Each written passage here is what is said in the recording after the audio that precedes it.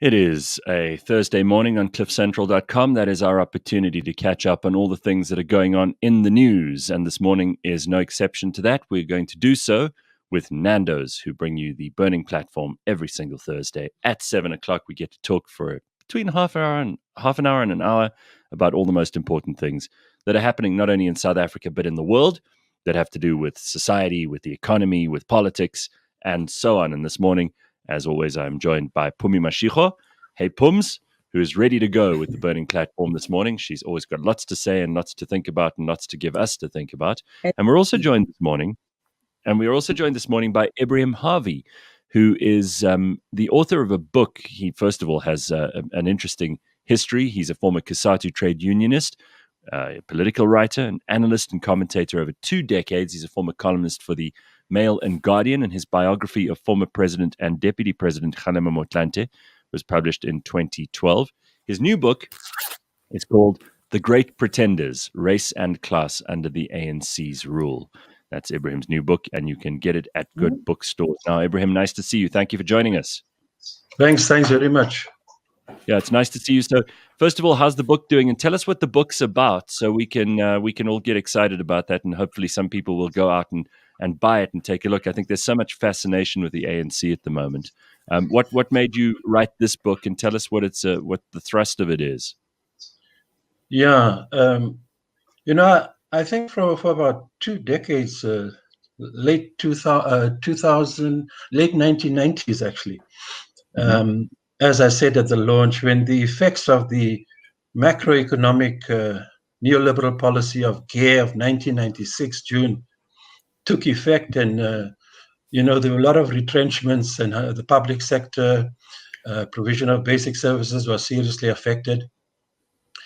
You see, this country's demographics, with the overwhelming Black majority, and more specifically so-called African majority, those, given the historical links between race and class, the effects of GEAR and all the neoliberal policies the ANC had since 1994 was bound to affect the majority Black working class, which is ironically the very historical support base of the ANC.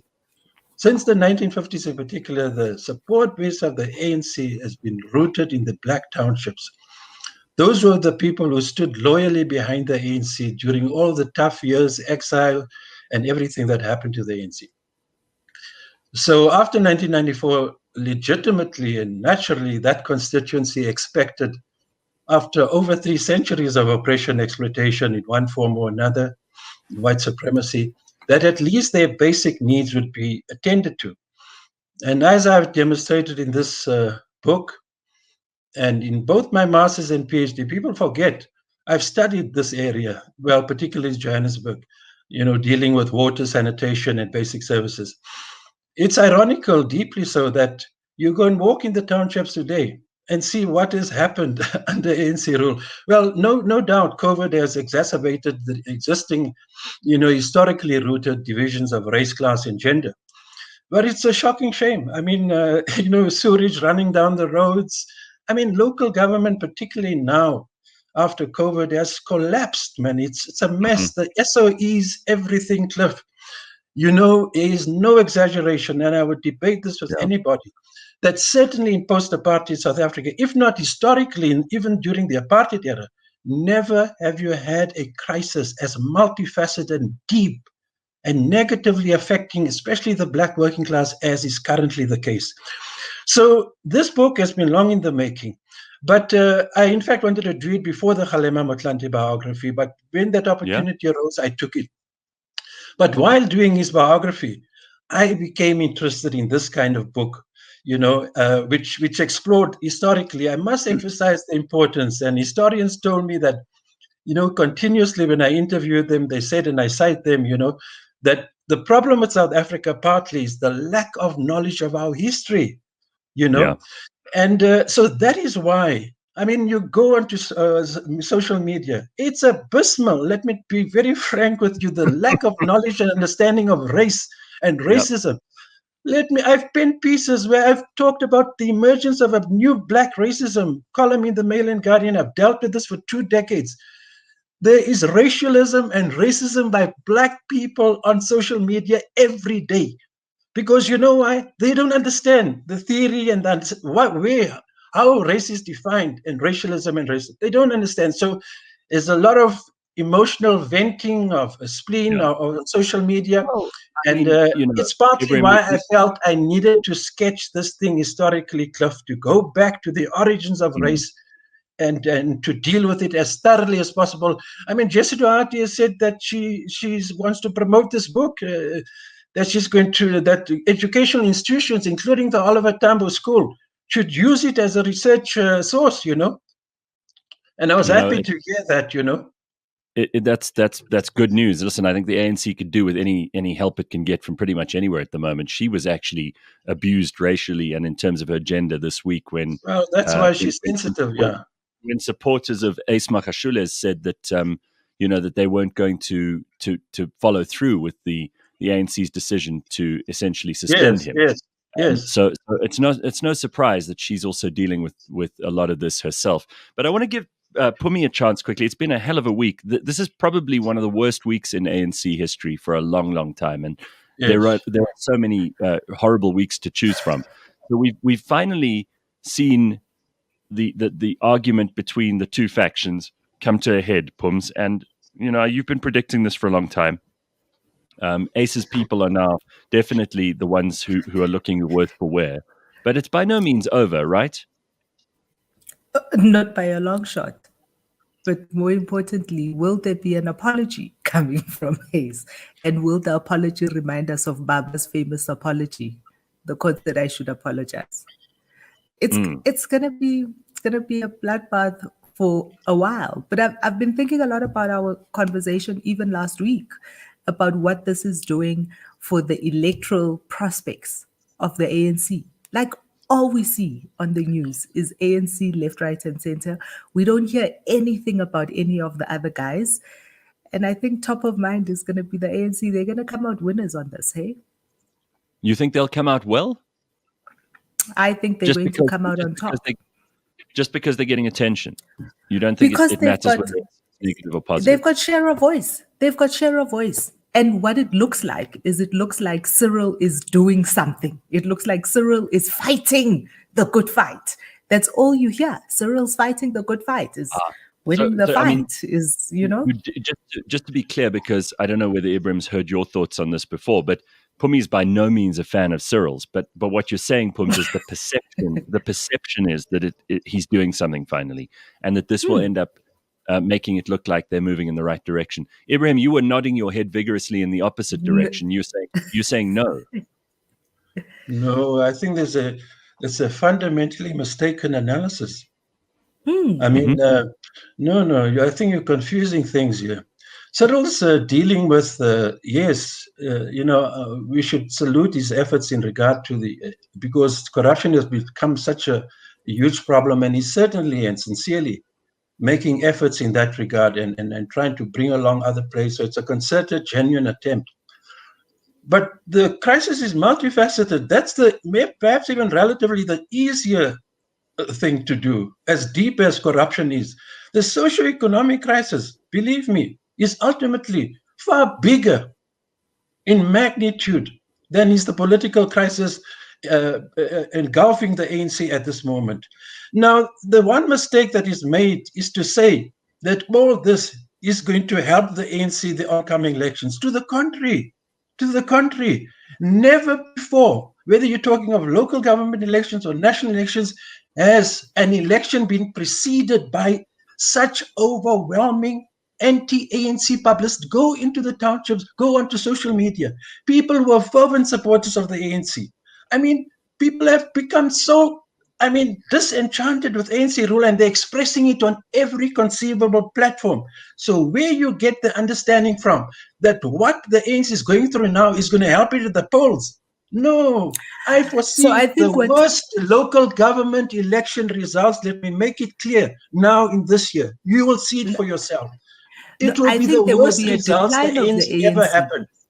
That is without a doubt that it will be the worst results that the ANC has seen. However, the DA is not going to win. The No, DA that's is a not going different to win matter. from this. That's a The different. EFF is not going to win from this. And I agree with you that the socio-economic situation of the people on the ground is very bad, and they see it and attribute it to the ANC. However, when it comes to the poll, when people walk into that voting booth, they only have so many options. They only have so many options. And of the options that they have, the top of mind option is the ANC is trying to change. The ANC is cleaning itself from the inside. The ANC is going to be... I think there's ground that we've covered here before. I mean, maybe people aren't even going to go to the polls. We may see the lowest turnout Yes. at this election, and that's not going to do anybody any good. Mm-hmm. But I think I want to just make a quick comment to what you said now, response to it. You see, you're right. It's this question of what alternative is there, but remember the hegemony of the ANC has seriously declined. And at the polls in particular, you look at 2016 and the 2019, very noticeable declines at the polls. So what is it telling you? These ordinary people that you think is just going to continue with this loyalty to the ANC despite the results. No, I think now really, and you have to capture this moment very clearly. It's not just this very deep socioeconomic crisis. It is that the corruption in the ANC is worse than ever before. It's so deep and so extensive that it's gone down to the ordinary people. Ordinary people in the ANC now, in the townships, they're aware. They've become aware of this, the depth of the corruption. So you have a combination of sources of crises, the socioeconomic and the political. Now, you're right that, the ANC is still dominant, but I'll tell you what is going to happen at this polls. The proportion of people who are disenchanted with the ANC and feel there's no alternative, but then they continue to vote for the ANC is going to decline. It's going to decline, maybe not very significantly, but it's going to drop. I think people are awakening, and indeed, it would have been better for this country's political future and if there were, a significant other opposition. There's the EFF. I think really, if there's one party that you need to watch very carefully, despite the racialism and sometimes racism coming from Malema and those people, is the EFF. I think the DA is going to experience a bit of a decline because of what's happened, Maimani and so on. There's one party, watch it, let me tell you, is the EFF and Malema. So you think the EFF will pick up those votes? I mean, Pums, you've said before. No, not necessarily take up those votes. It's too fluid and complex, the political situation, to deduce that. But I think their share of the vote will increase from 2016. I think the EFF is going to do relatively better than other parties, proportionately speaking. Okay, but where there are losers, there have to be winners. So then proportionally, they'll pick up just because their voters are much more motivated than perhaps ANC voters are. And there may be a similar argument made for for smaller parties. I mean, there might be some others that pick up some votes. I want to quickly turn before we always bring it down to electoral politics and party politics, and I think that's really interesting. But I do want to just turn our attention for a moment to the party finances. So this is interesting. Jesse Duarte said in a comment this week that the ANC are experiencing cash flow problems. They've run out of money. Basically, they're not paying their own people on time. As a former trade unionist, this must really piss you off, Ebrahim, because you know what it's like as a worker to not be paid on time by your employer, even if they are political. And the ANC is blaming the fact that we now have an ability to look into party donations and party funding, which is something which they supported in Parliament when it went through. I think it was a couple of years ago. Now, how sympathetic must we be to the ANC that suddenly their donors are not as keen to be associated with them publicly as they were 5, 10, 15 years ago? This is obviously their just desserts. So maybe they should cut back on staff. Maybe they have to take seriously the fact that they cannot generate any income other than donations. And maybe the ANC can start to manage its finances a bit better. It's a wake-up call, don't you think? Cliff, it's a shocking shame. And just remember, this is not the first time. It's happened several times that Feby Potgieter, the general manager, had to intervene to calm things. Even in Lethuli House, I mean, it's a shocking shame. There are several former leading trade unionists, Ramaphosa, Mantashe, Kgalema Motlanthe, etc., who come from NUM into the ANC, one would have expected, especially if they lack sympathy, and sentiment for the broader black working class regarding basic services, my God, at least they would attend to the salary and pay the employees of the ANC. But it's a reflection of the magnitude of this multifaceted crisis. There is no excuse. I won't be surprised. Remember, the ANC had this Black Business Council, a forum that they formed. They raised a lot of funding there. I will not be surprised, I'm saying this now in public, that some of the monies that the ANC derived from these sources were also siphoned off into some form or other corruption that might have been happening in the ANC itself. It's inevitable, perhaps, even to argue that that might have happened. Because, sure. How can you explain, the ruling party in the most developed, advanced industrial economic in the continent, not having money to pay its own staff, it's just an unspeakable shame as far as I'm concerned. And it's a reflection right from Ramaphosa, right down the entire NEC, and certainly the top six. It's an indictment of the leadership of the ANC that they cannot pay their own staff. I'm not surprised. Politicians never know how to make money. They only know how to spend money, and they only know how to spend money that they've taken from taxpayers. That's how it works in politics. So I'm not surprised at all. But it's not just that, Cliff. It's not just that. Do you ever see them missing their salaries?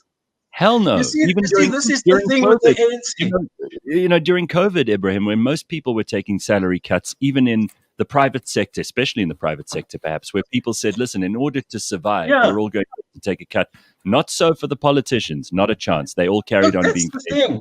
You'd expect them to spread the dealing with this adverse situation and share it, and have cuts, not with the ANC, not cabinet ministers. They made sure that they took care of themselves. This has been the defining feature of ANC rule from 9.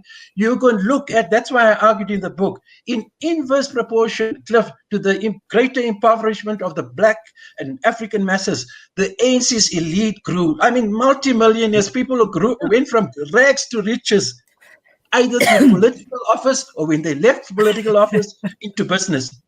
This is what the most stark contradiction of the ANC is, to look at its own members. Look how they live, and look at the ANC's elite in the former white suburbia. It tells you so much of what's happened. For me?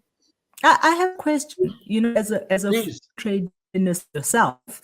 And you've just mentioned all the people that are in the ANC leadership that are also trade unionists, and the relationship that the unions have with the ANC. We know this is the tripartite alliance and all.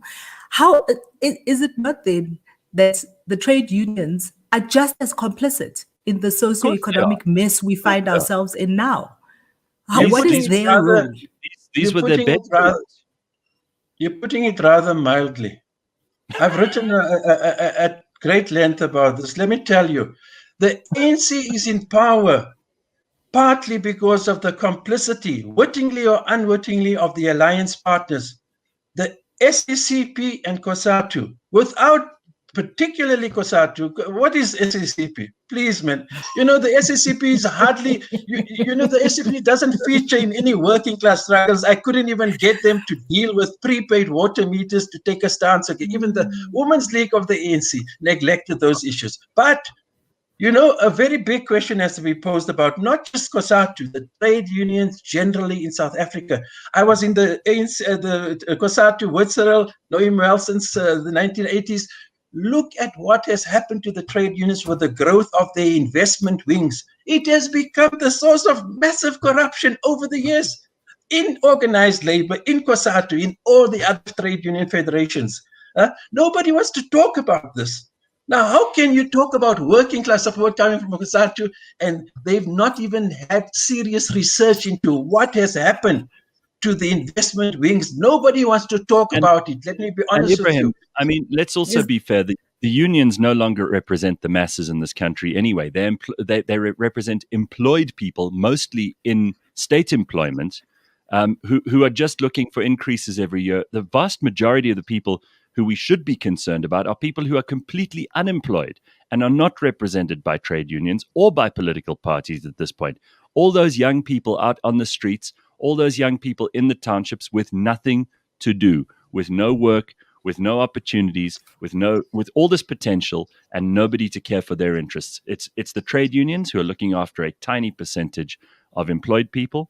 It's the political parties who will do anything for a vote and then forget about the people who voted for them. And as you say, these elites who are operating at a level where they're just in it for themselves. No, but Chris, be careful about the how you analyze the membership of Cosatu. No, there is a hierarchical thing there. You'll have the more skilled workers, the NUMSA, metal workers. You'll have textile. You have other workers at different scales of earnings, income. And so this notion of a labor aristocracy in the trade union movement, I've dealt with it for over 2 decades. Is very careful. I agree with you to a large extent. I'm saying don't think it's generally the case like that. And don't also forget that organized labor consists of what percentage? 10, 20%. The bulk of the workers are still not organized into trade unions. This is one of the, but you are right to some extent that the trade unions are caring more for the more skilled, upper echelon workers. Is there a time up in South Africa then, the trade unions? There's no more space for their role. And Pumi, I want to add to this. I would aver that SADTU, the South African Democratic Teachers Union, is responsible for the non-skilled generation that we are dealing with at the moment because they've been in dereliction of duty from the very beginning, protecting bad teachers, making sure that they get paid no matter what.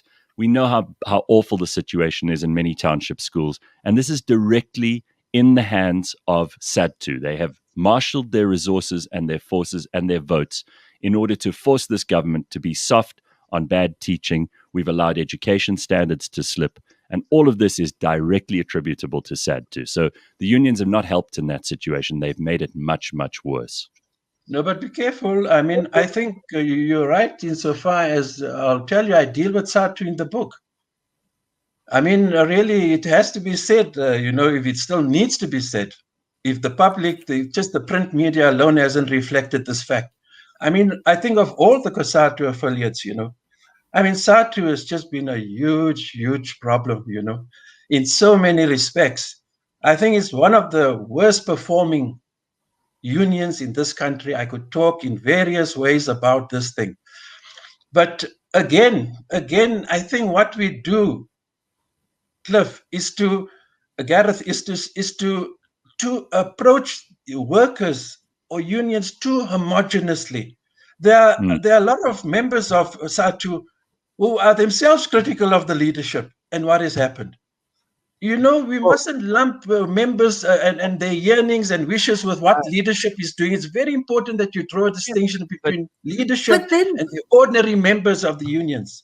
But then if we're not supposed to lump them together, why do they insist on being lumped into a union? Maybe there's no more space for that. Maybe unions have outlived their usefulness, and perhaps these unions, having not covered themselves in glory, and in SADTU's case, having actually allowed members to be sleeping with students and other outrageous things, which they've covered. Gareth, I think you need to be very careful with what you're saying now, really, because don't use this opportunity to lash out with seemingly a bit of right-wing rhetoric here, honestly. When you start beginning to question the existence of trade unions in the first place, then I think you're getting going too far. Unions will always be necessary. Why is the employers having the right to have their organizations that represent them and workers can't? No, they're confronted with serious problems, but you can't say that this time has come for we don't need unions anymore. One of the things that we don't do on the show is say, be careful and watch what you say and don't say this. You could say whatever you like on the show, and I'm happy for you to defend the unions as much as you like. Their contribution has been politically significant, but economically has been devastating for this country. There is not a single thing that the unions have done that has helped people to find employment outside of already having been parts of unions. We know that it's a minority of people who belong to unions in South Africa by population. We also know that the unions have been in cahoots with big business and government from the get-go. The only people who've suffered here are ordinary people, ordinary workers, and people who are not unionized. And the Not from the get-go. Not from the get-go, Cliff. Yes, later on, but not from the get-go. That's when they departed from their original mandate, even in Cosatu. Yes, that's how they started. Really, it's after 1994 that you see the most serious decline of the trade unions, primarily Cosatu, because of its alliance with the ruling ANC. And who's That's to blame what for happened. that? It's nobody except the unions themselves that are to blame for that. Their own weaknesses, as you say. Ultimately, yes. But the pressure from the ANC to toe the line has been huge. Let me tell you, I can take you through the affiliates. I'm not going to feel sorry for them. but I think, Ebrahim, I'm bringing this back to you.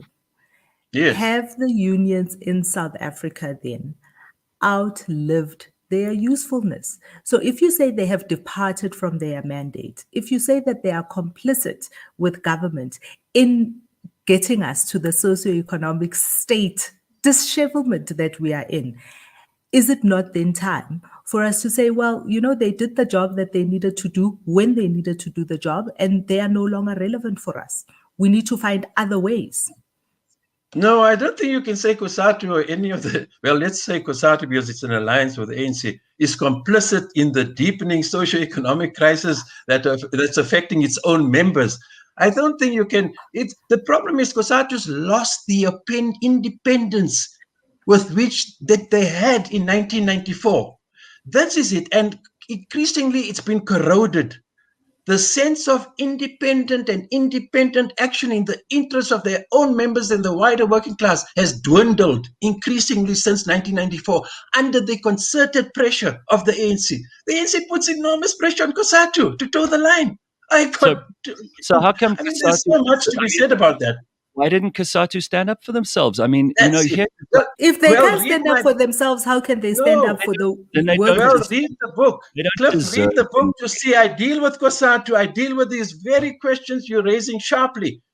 How Cosatu has actually diverted and departed from the road they were on. But you in the sound 1990s. Like, with all due respect, you sound like one of those people at the funeral who, when someone's life has been nothing but pathetic, you stand up for them just because it's their funeral. I mean, Cosatu were party to all of this. We can't suddenly feel sorry for them and treat them as if they... Party to what? Well, they were in the tripartite alliance. They went in hook, line, and sinker with the ANC. They decided that the ANC could marshal them around, and therefore they lost their agency. And if they lost their agency, I have no sympathy for that. That's their own fault. But don't forget, Cosatu is now fighting with Cyril. Cosatu is taking a stand now because the effects has become too clear to its own workers, and it's been pressurized to take a stand. Cosatu is at loggerheads with the ANC in several respects. Why do you ignore that? Why do you see? Too late. They too late. It's never too late. When it comes to struggles, it's never too late. I think Pumi has a very valid point. Maybe they've outlived their usefulness. It's a good question. You are saying what conservative employees, and they happen to be largely white, they sing that tune. It's time that the unions back up. But it's not a valid point of view. I mean, are you racializing it just because you don't have a better argument against it? Maybe it's the correct. It's not about racializing it. Maybe, Gareth, can I ask this? Hold on. Can I say this? Can I ask this? We have a country of 60 million citizens, of which 25 million of our citizens are unemployed. 25 million of the employable population in this country is unemployed. So who does Cosatu represent then? Who do they represent if we have more unemployed people than employed people? It's a very small fraction. Very, very, very small faction. They don't. So not only have they lost their agency, they don't even have a member base now. Their members are too few as opposed to the people on the outside. No, but let me tell you something. Be careful. Can you imagine what would have happened to the wages and earnings of organized workers? You can't assess Cosatu on the basis of how many people are unemployed. You got to assess it in relation to its own members' needs and interests. I'm saying to you that If Cosatu did not exist and organized labor in the form of trade unions, can you imagine how wages, for one thing, would have been depressed even much further down? Well, we wouldn't have had unions the are always we you have to have unions. Even, I mean, you won't have, I mean, there are some very advanced, I think white business people who would argue against it. I mean, Bobby Gotzel, for example, never would you take issue with you immediately and say the right to organize workers and trade unions must continue to exist. So I'm afraid that you're singing from the hymn of, and that's why I said the big employers wish, honestly, that they didn't have to deal with trade unionism. But don't forget what is happening in Cosatu now with the public sector wage thing. Just look at the strong stand they're taking, because they're saying, you say you can't afford the third year of this wage agreement. But what sacrifices have you made? Talking about the cabinet, the earnings, the ANC leadership. I mean, this is a salutary stand that Cosatu has taken. And many in fact, I think sometimes they're regretful that they supported Cyril in 2019. Honestly, I feel that, and I'm still connected to the unions. I get things coming through. I'm so sorry. They sometimes feel they might not have been other alternatives, but I think sometimes they're very unhappy with their decision to support Cyril for his election, and then to see what's happening. I agree. I hope they're disappointed, and bad things happen because you deserve them.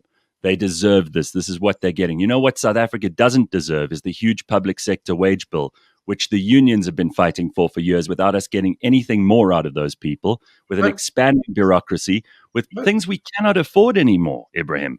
There is a reality. I honestly think you don't know what you're talking about, because do you know what COVID has done? You have no idea what. Go and do research, my friend. Do you know what the destructive impact of COVID, even on organized labor and their earnings in the midst of soaring price rises, etc.? So that is partly why the strong stand in terms of the public sector dispute, pay dispute.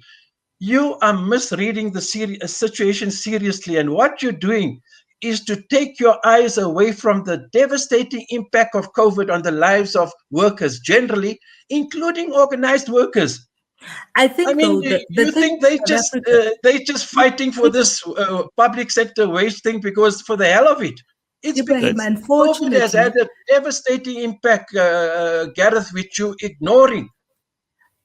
Except, Ebrahim, for the South African, for the South African like myself, who public sector workers, so Cosatu's stand and their fight, unfortunately, only looks to me, who is not receiving delivery of services from their members, because they are that protected by this hegemony you speak about. We don't get service. We don't get service from the police services because the union can protect them. If they don't give us service, the union can protect them. We don't get service from our healthcare workers because the union can protect them. We get no service from the teachers because the union can protect them. And now, when they take this tough stance about getting more money from a corrupt friend of theirs, which is the ANC, one, but two, from us, actually. They don't give us a service, but they want more money from us, money we do not have. So we're asking ourselves, why do we have to pay these people when they don't give us the service? But who are you talking about, we? I mean, who's me? I can't go to a public hospital. I can't go to the police station and get... The taxpayer. These were scheduled, bargained increases. These were official. That's why there's a good argument, and there's a good argument why it was unlawful not to implement that third tier of the agreement. There's a lot to be said about that. You forget that. How can you reach an agreement in a statutory body and then say, no, you don't have the money, while the ANC leadership is caught up in so many acts of corruption, stealing of the fiscus, etc.? I mean, it's not a credible argument in the light of the wanton corruption of the ANC itself. Well, then you have made a valid point. Let me tell you what's an important point you've made. And I've seen this myself. I've seen it in public hospitals. I've seen it with the teachers, schools. There is no doubt, and I'm not afraid to say it now in public. The public sector unions have not conducted themselves and covered themselves in glory whatsoever. The public sector unions, I must emphasize public sector unions, and I think it's their alliance with the ANC, thinking that it provides them with a protective cover for whatever they want to do. I mean, it's true, how they've conducted themselves during strikes, things are destroyed, whatever you want to do is allowed. I think it's partly to do. No, it is. I mean, it is partly to do because they're in alliance with the ANC. The ANC will defend them. They can do what they have abused their membership at times, and especially during strikes. I mean, the idea of strikes is to win public support. The idea of a strike, especially public sector strikes, go and study around the world. You must win public support and sympathy for you. You do not do it by thrashing the streets and doing what a lot of the public sector unions. I mean, I've looked at the attitude of nurses in public hospitals. It's despicable. How black nurses treat black patients and people. I've seen it when my mother was even in the hospital. I've seen it, and I condemn it in the strongest terms, let me tell you, and there's no doubt there's a political dynamic to it. And that is what? They're in alliance with the ruling ANC. To hell with the rest, they'll do what they want to. I'm so glad you said that. It means that Pumi and I win that argument. No, but I'm not saying it to please you. I'm saying it because that is my analysis. I agree with you. I don't disagree with anything you've said. You're giving us life this morning. I know. There is some serious, I can see how, and Ebrahim, I want you to just for a moment, because you're a historian, you're a commentator, you're a trade unionist, you're all of these things, but I can see it's an emotional thing for you because you're looking at these things that you helped build and you're seeing them falling apart and you're seeing them that they're meaning less and less to the people they're meant to mean the most to. And it must be very frustrating to you to see how these things have been manipulated over the last couple of years and how a very smart group of people have completely taken over. They've captured those mechanisms which were meant to have been for everybody and have now been funneled into their own pockets. It must be extremely frustrating for you. Gareth, let me give you one example now. And I've written at great length about this Labour bulletin, newspapers, everything. It's a serious problem. Maybe what is needed is a focus, a big focus of discourse and discussion on it. The primary reason, and I've done my homework on this thing, and I would argue it with any of the trade union leaders, the biggest reason for what has happened, the growing corruption in the trade union movement itself, forget about the ANC and BE, all that. It must be said that the growth of the investment wings of the trade unions, I mean, it was meant to serve the interests and needs of its members. It became a source of wanton corruption. People grew rich. These investment wings were started from the funds of workers. That's how they started. And look what happened. It became the source of massive corruption. And I want to say publicly, no trade union, including Cosatu, has really, I've raised this, I don't want to mention people's names here. No one has conducted serious and systematic research and investigation into the trade union arms, investment wings of trade unions, because there's a lot of unhappy, unsettling, shocking things to be found there. And until you do that, and you'll find that the trade union leadership will not be in favor.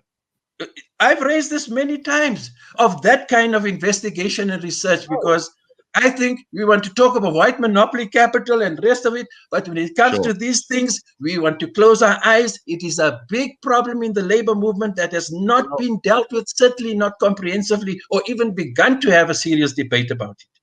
But Ebrahim, without naming names, let's just talk for a minute about the kinds of people who have made themselves extremely wealthy using trade union investment money. And those people have found themselves on the boards of many of the companies that the unions always used to despise and were at loggerheads with. Obviously. To me, if there's ever been a group of people you could call sellouts in this country, it's got to be those people who took the money. Well, I'm not going to argue against it. Let me tell you something, and they know these very people. I don't want to name them. I've worked with all of them right to the top, right to the Cyril, Marcel Golding, Johnny Copland, everybody. And it must be said, otherwise you're lying to the public and the people of this country. Nowhere in Africa, if not in the world, did people go from virtual rags to riches. Let me tell you, I know all these people, where they were before, under apartheid, and became in Africa, you forget about it, you'll never find a precedent where trade unionists went from that rags to riches like they did in South Africa. Ramaphosa, Marcel Golding, Johnny Copland, so many people. And look at what happened. The effect was to create a cosmic gulf between the membership of those very unions where the investment wings were created. And you look at what elite it created, the corruption, self-enrichment. It is the biggest contrast and contradiction, I believe, ever in the history of the labor movement of South Africa. Never before. It's true. It is explosive. It is sick, man. You can't believe it. And they conduct their lives. They're happy with where they're living, what they're earning, what they're doing. And yesterday, they were leading trade unionists, sacrificing for the workers and doing everything else. And look what has happened in post-apartheid South Africa through the investment. It was created even in Noom by Motlanthe, but what they wanted to do with it is not what it ended up with. They did not want it to end up with that, you see. But I don't believe they took the necessary guarantees. No, let me make this point. They never did what was necessary. No, to prevent the abuse of funds and the corruption that happened in the investment companies. That's what they never did. So and then it was too late when they woke up to what was happening. So then what's next? So then my question is, the reason we study history, the reason we look back is so that we don't repeat those mistakes. So what then? What does the future then look like? Where do they go to from here? No, so they won't have the investigations. They won't have. No, the look, future. What I'm about to say. What you say about the future of the worker, because I mean those are the people you've been closest to, Ebrahim. Forget about the unions; they've destroyed themselves, and they will continue to lose public support, and they'll continue to lose membership. But what do you think will happen for the worker? What do you think the worker has? Let me answer your question in this way. Firstly, it's a false distinction to make between the worker and trade unions. I mean, it's too shallow, but I don't want to go into that. But let me tell you, we on the eve of a terrible thing that's going to come down. I've written also about it, the unions, to reflect how backward they've become, even on burning issues of the day. You take the fourth industrial revolution. It has not hit our shores yet. Let me tell you, Harvey likes to talk of a jobless bloodbath. It is going to be a Sunday picnic compared to what lies ahead when the fourth industrial revolution really rolls over this country. It's imminent. In fact, I think it's been held back because of COVID. Technologically, the unions have not even placed it on the agenda with management to seriously discuss how they are bound to be affected by the fourth industrial revolution. It's going to affect everything, and not just your manual workers. The bulk, in fact, of the threat of the fourth industrial revolution is not there. It's white-collar workers. It's the corporate sector. And I'm saying, there are some unions that organize there. They've not placed it seriously on the table with management. No one discusses the fourth industrial revolution. Though when I raise it sharply in the papers, no one even responds to it. The lethargy of the trade union movement leadership is one of the most striking and shocking things in South Africa. The best union leadership was when Cyril, myself, and others, Marcel Golding in the 1980s, the most committed, disciplined, believe me, things just changed after 1994. You don't have that caliber of trade union leadership, of sacrifice, etc., of the 1990s. Today, they're more concerned with what they earn and increasingly shocking salaries.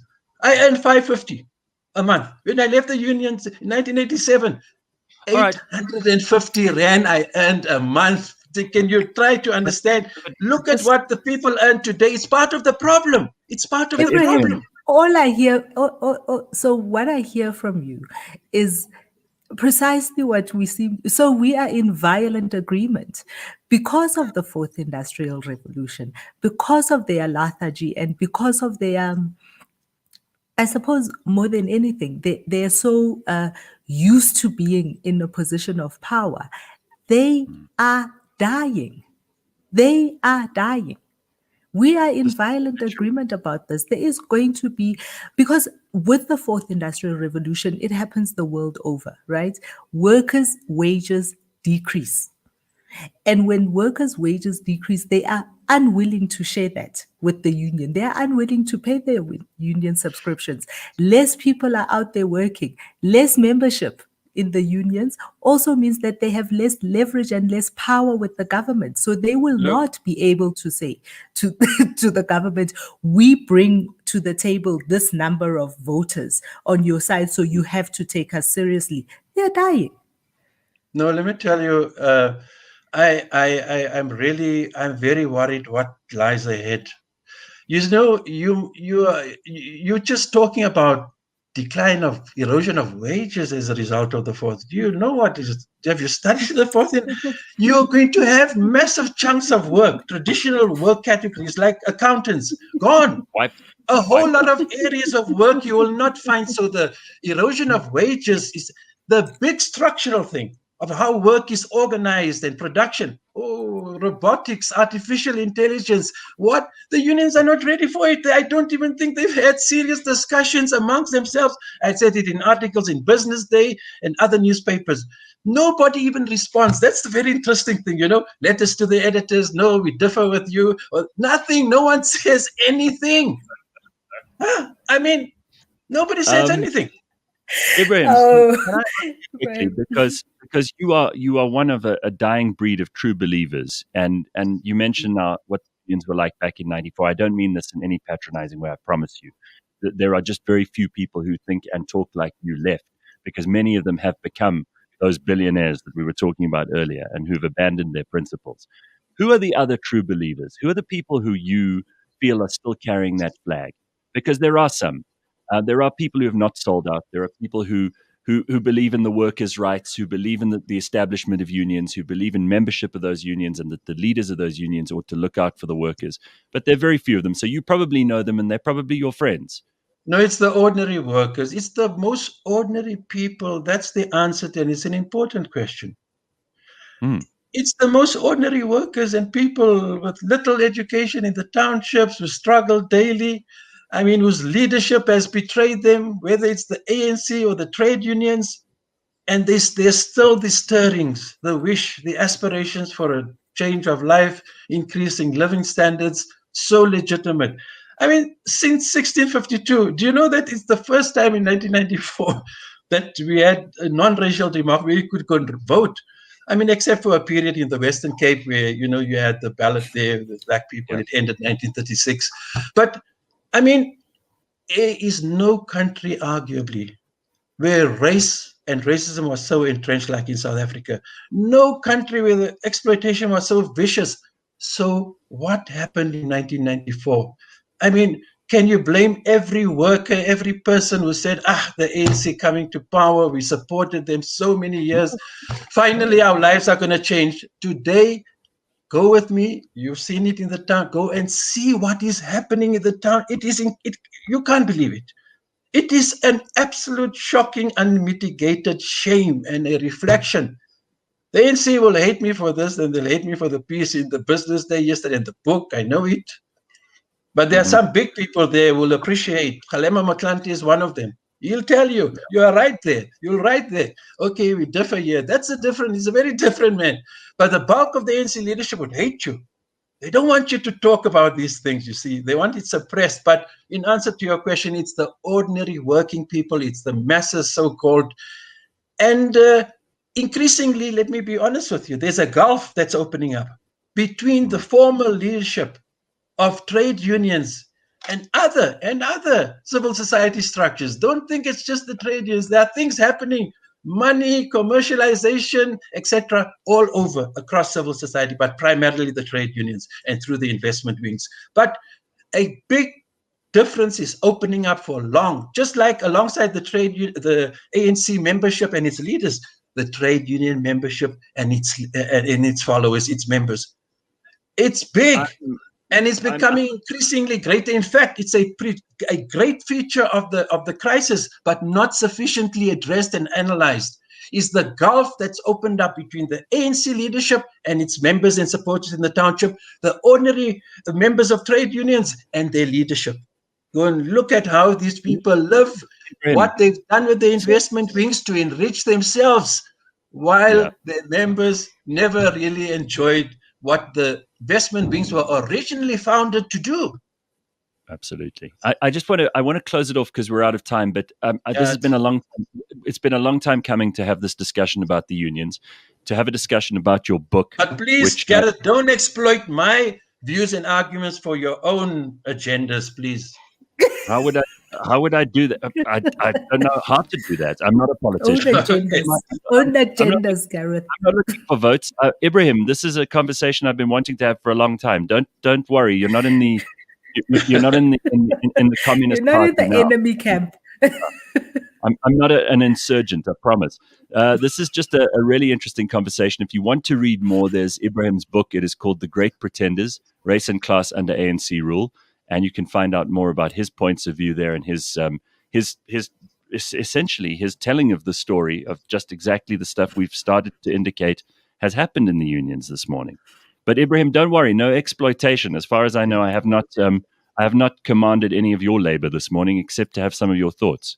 And I think that's shared by all of us. Last thing, Gareth, it's not just unions. You'll be missing the picture of South Africa and what has happened. No. In fact, there are other areas that are far worse than the trade unions. So you see, it's a question of what you've studied and focused on. Let me give you quickly the that's thing. why I brought you, because far worse than the trade union picture and what's happened is the townships. Gareth, wake up. Go and see what's happening to water, sanitation, sewage. That is the biggest tragedy of this country, even more than the trade union problems. I'm delighted that you're expanding this, but your sphere of influence and your particular expertise have been helpful to us in understanding something of the unions this morning. So I don't expect you to answer all questions for all time. This was useful for the purposes that your book is useful, and I recommend it thoroughly to anyone who's interested in knowing more. I appreciate your being on the show this morning, and thank you very much. Pumi, always good to have you on. We will continue this conversation next week on the Burning Platform. Thank you so much, Ebrahim. Thank you, Pumi, and thank you most of all to you for joining us this morning. It is brought to you, as it is every week, by Nando's, and we will have more for you in the next Burning Platform. Have an awesome day today.